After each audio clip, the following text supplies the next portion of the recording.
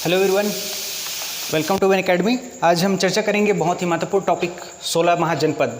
और 16 महाजनपद जो कि बहुत इंपॉर्टेंट हैं और हम इसके पहले भी हम लोगों ने हिस्ट्री के इस क्रम में हम लोगों ने चर्चा किया था। इसके पहले हम लोगों ने देख लिया है सिंधु घाटी सभ्यता और इसके बाद ही हम लोगों ने वैदिक साहित्य पर चर्चा किया था।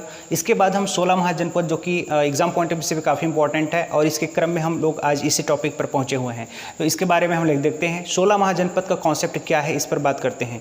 देखिए 16 महाजनपद जो कि महाजनपद के अगली कड़ी है, जो कि अगले विस्तार है, राजनीतिक विस्तार के तौर पर देखें तो जनपद के बाद में महाजनपद आता है। इसी प्रकार से उसका राजनीतिक विस्तार के क्रम को दिखाया जाता है, स्पष्टता किया जाता है। ठीक है, तो उसी में एक राजनीतिक विस्तार की दृष्टि से देख सकते हैं यह 16 महाजनपद है आपके, बहुत इंपॉर्टेंट है। इसमें इसका विस्तार पर देखें कि चर्चा करें तो इसमें पाकिस्तान पर उत्तर पश्चिम वाले क्षेत्र में, पाकिस्तान सबसे ऊपर वाले क्षेत्र में देख सकते हैं, या फिर इसके दक्षिणी वाले क्षेत्र में देखें तो इसका विस्तार जो था वह गोदावरी नदी के तट पर तक अवस्थित था। तो इस प्रकार से इसके विस्तृत रूप से देखें तो इसका 16 महाजनपद इन बीच में अवस्थित थे। इसका जो इम्पोर्टेंस ये भी है कि 16 महाजनपद जो कि अलग अलग महत्वपूर्ण संसाधनों के एक प्रकार से या फिर राजनीतिक एक तरह से दृष्टि फिर देखें तो यह बहुत ही महत्वपूर्ण रहा है। और विशेष तौर पर हम कई राजधानियों पर बात करें तो उसका भी इम्पोर्टेंट था। इसमें कई महाजनपद की राजधानियाँ, 2 राजधानियाँ थी, कई महाजनपद की राजधानी केवल एक ही राजधानी थी। तो इस पर अलग अलग विचार करते हैं। इसमें इसका जो वर्णन है उसका हमें जानकारी जो प्राप्त होती है अध्ययन के स्रोत के संदर्भ में, वह बौद्ध धर्म के अंगुत्तर निकाय में से प्राप्त होती है और अन्य स्रोतों से भी जानकारी प्राप्त होती है। यहाँ पर कई ऐसे महाजनपद थे जो कि अपने राजनीतिक विस्तार के क्रम पे बहुत ही महत्वपूर्ण थे, संसाधन के तौर पर भी बहुत इंपॉर्टेंट रहे हैं। इस पर हम इसके राजधानियों को विचार करते हैं, वे क्वेश्चंस आते हैं, पूछे जाते हैं प्रश्नों को। ठीक है, तो उस पर हम विचार करते हैं। देखिए 16 महाजनपद में सबसे महत्वपूर्ण महाजनपद है अवंती। यह एक इम्पॉर्टेंट है। इसके संदर्भ में देखेंगे तो अवंती की राजधानी रही है उज्जैन और इसकी 2 राजधानी थी, एक है इसको कहते हैं उज्जैन को कहते हैं, दूसरी जो राजधानी थी उसे महिष्मती के नाम से जाना जाता है। ठीक है, तो इस प्रकार से महिष्मती और उज्जैन 2 प्रमुख राजधानी रही हैं और इस पर देख सकते हैं। इसके साथ ही साथ में अंग महाजनपद है। अंग महाजनपद की राजधानी के तौर पर हम देख सकते हैं इसे चंपा कहते हैं, जो कि बहुत इंपॉर्टेंट है इसके महाजनपद की राजधानी में। एक अस्मक है। अस्मक एकमात्र ऐसा महाजनपद है जो कि हम देख सकते हैं नर्मदा नदी के दक्षिण में अवस्थित एकमात्र महाजनपद है और इसे गोदावरी नदी के तट पर अवस्थित माना जाता है। तो यह अंग इसमें अस्मक महाजनपद है। अस्मक महाजनपद के संदर्भ में एक और महत्वपूर्ण बात है जो कि यह दक्षिणापथ के मार्ग में पड़ता था, इसलिए व्यापारिक दृष्टि से भी इसका महत्वपूर्ण बहुत ज़्यादा था। इसलिए इसका जो राजधानी है उसको पाटन भी कहते हैं या फिर प्रतिष्ठान के नाम से जाना जाता है। ठीक है, तो प्रतिष्ठान या पाटन के नाम से जाना जाता है इसकी राजधानी को।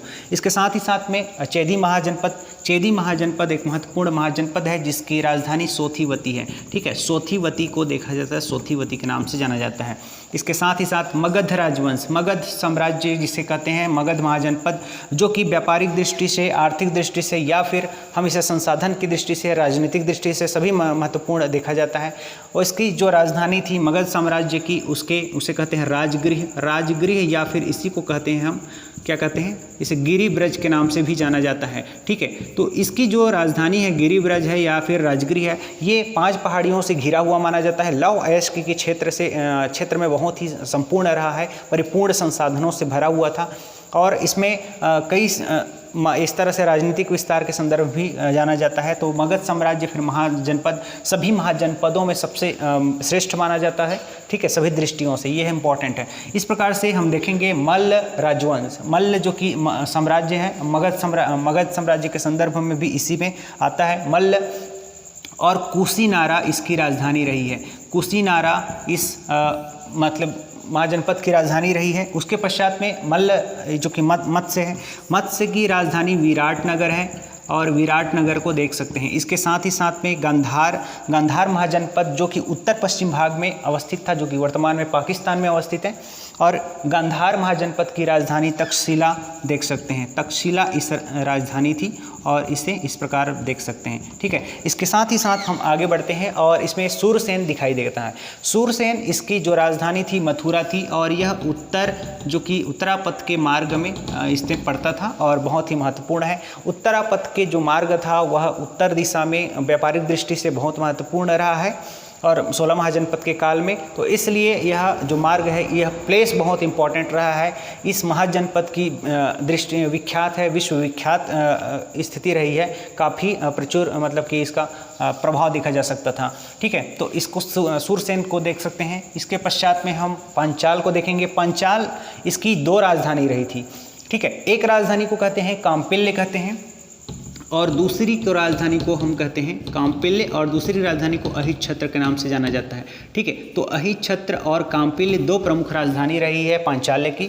इसके पश्चात में हम महत्वपूर्ण राजवंश इसमें महाजनपद के बारे में पहुंचते हैं। काशी, काशी बहुत ही महत्वपूर्ण रहा है। काशी के संदर्भ में देखें तो यह व्यापारिक दृष्टि से भी बहुत महत्वपूर्ण है, साथ ही साथ में यहाँ पर आध्यात्मिक एक तरह से देखा जाए तो यह बहुत ही महत्वपूर्ण प्लेस रहा है। यहाँ पर क्षत्रिय वंशों का, यहाँ पर कई सारे शासकों का यहाँ पर योगदान रहा है, काफ़ी कुछ महत्वपूर्ण कार्य किए हैं। और काशी की राजधानी वाराणसी है। ठीक है, वाराणसी जो कि बहुत इंपॉर्टेंट है। इसके पश्चात हम देखें कि कौशल, कौशल की राजधानी है कुशीनारा, इसमें या फिर देख सकते हैं श्रावस्ती भी कहते हैं, कुशीनारा भी कहते हैं। तो कुशीनारा या फिर श्रावस्ती 2 महत्वपूर्ण राजधानी रही है। ठीक है, तो इस प्रकार से इसे देख सकते हैं, श्रावस्ती या कुशीनारा 2 राजधानी रही कौशल की। इसके बाद कंबोज है। कंबोज की राजधानी हाटक हो जाएगा, या फिर इसी को हम राजपुर भी कहते हैं। ठीक है, क्या हो जाएगा, कंबोज का हाटक या फिर राजपुर भी है, दोनों एक ही नाम है, कंबोज की राजधानी के रूप में देख सकते हैं। कुरु राजवंश का जो संबंध है, इसका जो संबंध है बहुत इंपॉर्टेंट है। इसके संदर्भ के रूप में हम इसको युधिष्ठिर के से संबंध माना जाता है। साथ ही साथ में कुरु राजवंश को जो परिचय हम दें तो यहाँ पर मथुरा है, यहाँ पर थानेश्वर है, साथ ही साथ में दिल्ली है, इसके आसपास में अवस्थित रहा है। ठीक है, तो इसलिए कुरु राजवंश की इंपॉर्टेंस बहुत महत्वपूर्ण हो जाता है। कुरु राजवंश के संदर्भ में इसके राजधानी के रूप में देखें तो इंद्रप्रस्थ को माना जाता है, तो बहुत इंपॉर्टेंट है। ठीक है, तो यहाँ पर क्या लिख दें, इंद्रप्रस्थ। तो इंद्रप्रस्थ जो था वह आपके किससे हो जाएगा, कुरु राजवंश की राजधानी रही है। ओके, सो आगे पहुँचते हैं हम वज्जी। वज्जी में बहुत इंपॉर्टेंट रहा है। वज्जी की जो वैशाली है, इसकी राजधानी के रूप में देखते हैं हम, क्या होगा, वैशाली, और एक और हो जाएगा ये वत्स, और वत्स की राजधानी है कौशाम्बी। ठीक है, तो कौशाम्बी इसको राजधानी रही है। तो इस प्रकार से क्या हो जाएगा, हमारे टोटल 16 महाजनपद हैं। 16 महाजनपदों के अलग अलग विशेषताएं हैं और सभी के अलग अलग इंपॉर्टेंस हैं। ठीक है, अलग अलग राजधानियां हैं जो कि इंपॉर्टेंट है।